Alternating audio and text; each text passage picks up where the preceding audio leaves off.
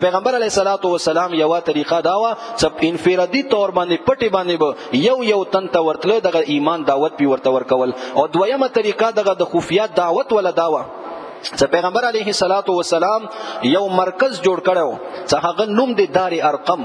حضرت ارقم رضی الله تعالی عنہ دا یو صحابي دی ایمان راوړو او د دې ولا کور دا پیغمبر علیه الصلاۃ والسلام یو مرکز وو، هغه کې به خفیه طریقې سره دغه نبی علیه الصلاۃ والسلام صحابه کرام دوی بر جمع شولو. پیغمبر علیه الصلاۃ والسلام به دغه صحابه او تعلیم او تربیت کول، دوی ته خسته اخلاق ورته کولو، د دوی تزکیه به کوله او دوی ته د دین ولا احکامات خودلو، د الله تعالی قران به ورته بیانول، د دوی اصلاح به کوله. دار ارقم کې حضرت ارقم رضی الله تعالی عنہ دا 14 کال په عمر کې مسلمان شوه دی. 14 کال عمر وو چې پیغمبر علیه الصلاۃ والسلام باندې ایمان راوړو.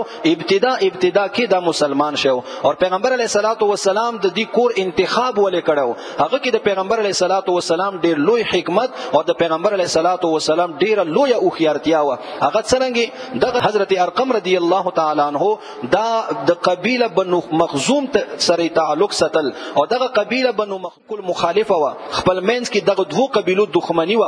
نو پیغمبر علیه الصلاۃ والسلام د دې کور انتخاب سو کو د لپاره چې قریش به مونږ باندې سره د ګمان هم لرسي چې یو هاشمی پیغمبر هغه به څنګه دغه دار ارقم ته او یو دښمن کور ته بنوځي او دلته کې هغه دغه سلسله چلی. نو دغه کافرانو ته سره د دې خبرې سوچ په هم نه ورتله چې دغه دار ارقم د مسلمانانو ولا یو خفیه مرکز دی. نو دلته به صحابه کرام درتللو چې کم نبی مسلمان شوه، لکه ډیر صحابه کرام دغه دار ارقم کې مسلمانان شوی دي. حضرت حمزه رضی الله عنه ته ایمان راوړی دغه دار ارقم کې راوړی دي. اندرنګ حضرت عمر رضی الله تعالی عنہ څکل نبی علیه الصلاۃ والسلام هغه قتل شهید کونو پسې څکل راوتلو او بیا لارې کې وته الله تعالی د ایمان توفیق ورکو. نو هغه هم پیغمبر علیه الصلاۃ والسلام په دار ارقم کې او هغه راغلو نبی علیه الصلاۃ والسلام باندې ایمان راوړو.